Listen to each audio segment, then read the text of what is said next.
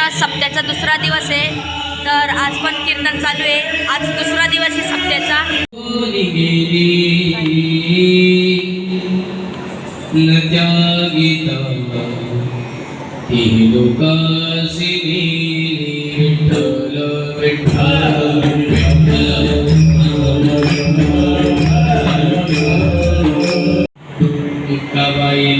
त्रिभुवन पावनी क्षेत्रे जननी देवांची पतित पावन पतित पावन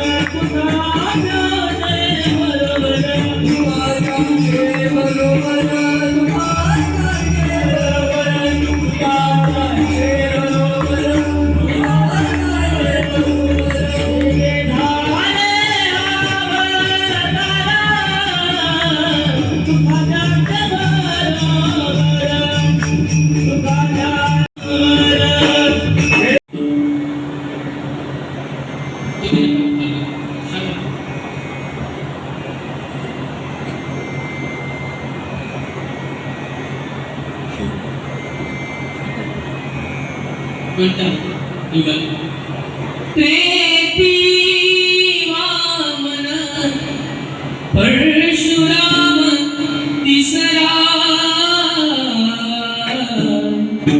श्रीराम सीतापती त्रेतायुगाला कुठल्या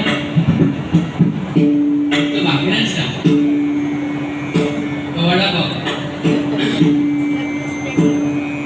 मोठी शोभा दिली प्रथमेश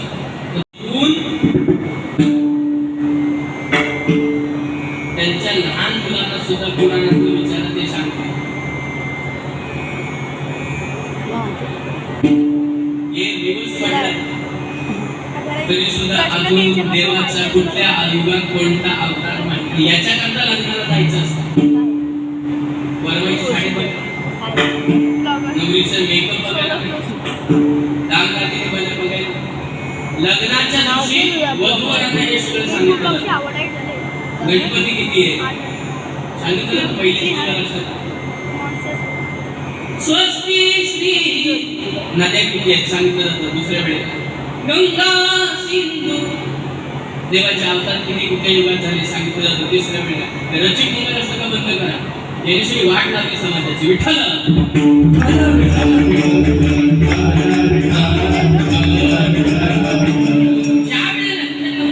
समाजाला कळेल तिसरी मंगलाष्टका सुनिचारते नरहरी सांगितलं उपदेश. त्याच्यानंतर जोडी कशी असावी कोणाची बंद करताय काय काही सुधरत नाही.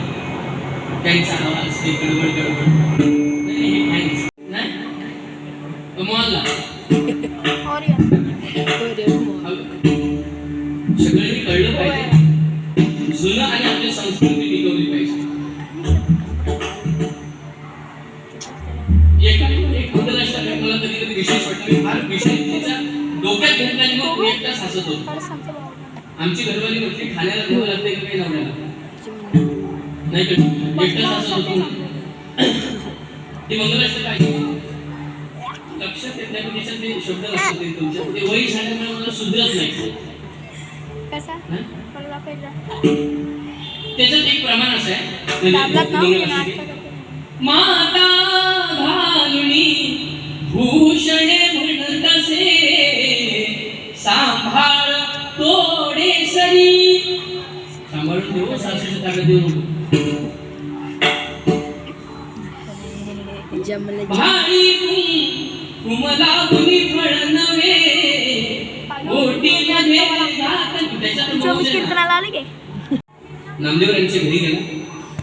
नामदेवरांच्या प्रपंचामध्ये पाहिलं एवढी काही विशेष परिस्थिती नव्हती. आणि मग नामदेवरायांच्या करता जगाचा सत्ताधीश परमात्मा सावकाराचं रूप धारण करून गेला. केशव शेट्टी नावाचं रूप धारण करून गेलं. केशव शेट्टी बाराबंदी बांधली, घोड्यावर सुवर्णाच्या मुद्राची पिशवी टाकली. नामदेवरायांच्या दारात गेला आलोय. नामदेवरायांच्या पत्नीच्या हातामध्ये ते सुवर्णाच्या मुद्रेकांसाठी गाठोडं दिलं. जगाचा सत्ताधीश अंतर्धाम पावला. अंतर्धाम यायला सांगितलंय. नामदेवरायांनी पाहिलं गाठोडं आणि ढसाढसा करायला लागले. का तर त्याच्यातून बुक्क्याचा आणि तुळशीचा सुगंध येत होता. सुवर्णाच्या मुद्रा होत्या. नामदेवराय पत्नीला सांगतात, अगं आपल्या या परिस्थिती चांगली व्हावी, आपला प्रपंच चांगला व्हावा, तुझी चिंता त्याशी आपली चिंता त्या परमेश्वराला. जगाचा बाप सुवर्णाच्या मुद्रिका घेऊन आला. विठ्ठल विठ्ठल.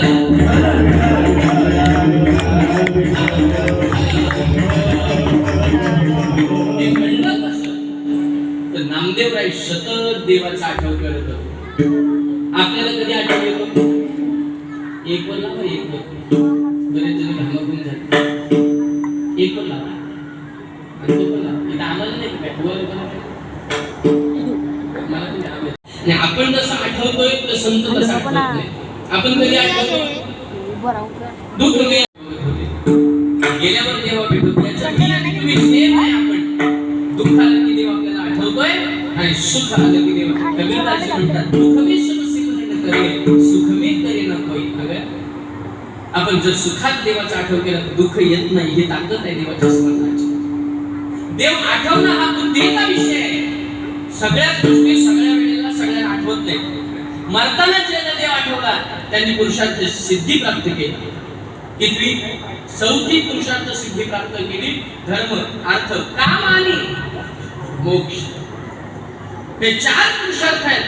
आणि ज्याला देव जर मरताना आठवत असेल तर समजा त्यांनी चतुर्विध पुरुषार्थ प्राप्त करून घेतला. कारण मोक्ष हा चतुर्विध पुरुषार्थ हा देव आठवतो तेव्हाच मोक्ष मिळतो. मुखी नाम आदि मोक्ष ऐसे साक्ष बहुतांचे. मुखामध्ये नाम घेतल्यानंतर मोक्ष आहे. पण नाम कधी आलं पाहिजे? सतत आलं पाहिजे. कालच्या महाराजांनी नामावर फार गोड चिंतन मांडलं असेल म्हणून हाच अभंग निवडला. तो नाम जे तुम्ही काल पाहिलं ते आठवण्याकरता काय पाहिजे? आपण झोपलेलं पाहिजे का झालं पाहिजे? यक्षापुढे हात जोडून धर्मराज उभे राहिले. अनंत असे प्रश्न विचारले. शेवटचा प्रश्न विचारला, या जगात सत्य काय? जे अटळ आहे. सत्य काय जे अटळ आहे? लोक आला तर दवाखान्यात जातो का? कसली भीती? कोरोनामध्ये कोण शिंकला तरी आपल्याला कापड करत होतो.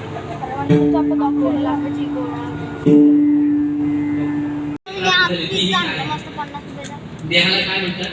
काय? ती काया म्हणजेच काय फळ? म्हणजेच काय? काय फळ? ह्या कायेला जी त्रस्त करते आणि खोट्याकडे असत्याकडे झोकून देते तिचं नाव आहे माया. म्हणजे ती माय फळ. काय फळ? माय फळ, जाय फळ. किती कायेला प्राप्त असणारी माया जाण्याकरता काय करावं लागतं? तुला तुझ्या अज्ञानाने काय चाललंय? मिरे मिरे मिरे. घर बांधला मिरे, गाडी घेतली मिरे, प्रॉपर्टी मिरे. हे सगळं मिरे. माझं माझं माझं, मी मी मी. हे मी जोपर्यंत जिरत नाही म्हणून मिरे आणि नंतर जिरे. काय फळ? त्याला असणारी माया माय फळ, ती जाय फळ. मग उरला मी, तो मी जिरला की तूच देव आहेस. विठोबार तुम्हारे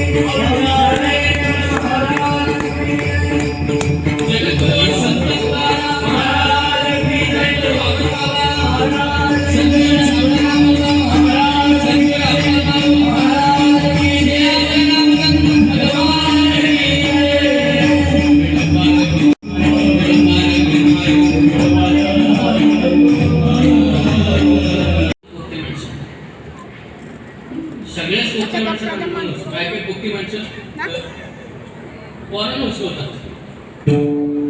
एका गावात मी गेलो, त्या गावातली मुलं सत्यालाच येत नव्हती कधीच.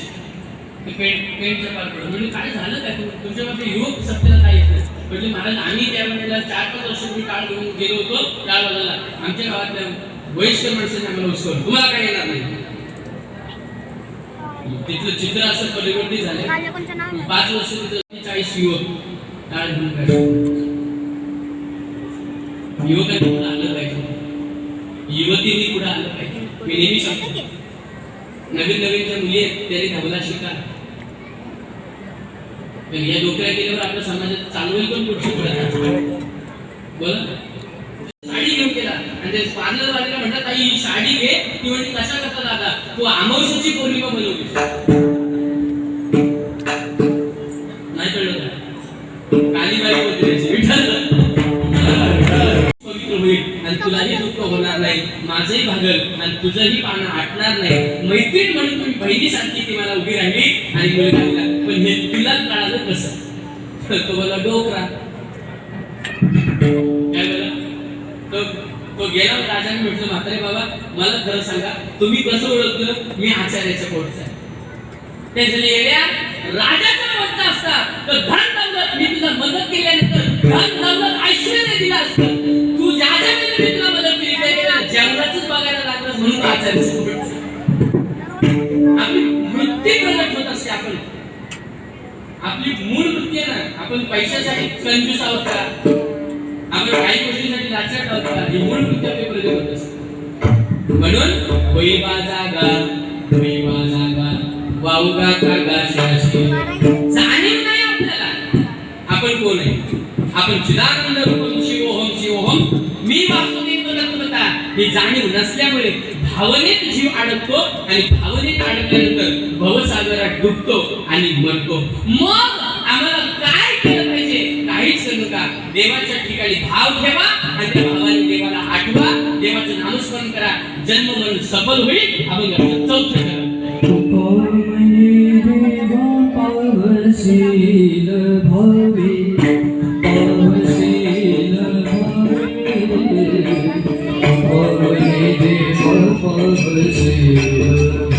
मित्रांनो आता आपलं कीर्तन संपलेलं आहे. तर आता सगळीजण जेवायला बसली आहेत. बघू शकता सगळीजण जेवायला बसली आहेत.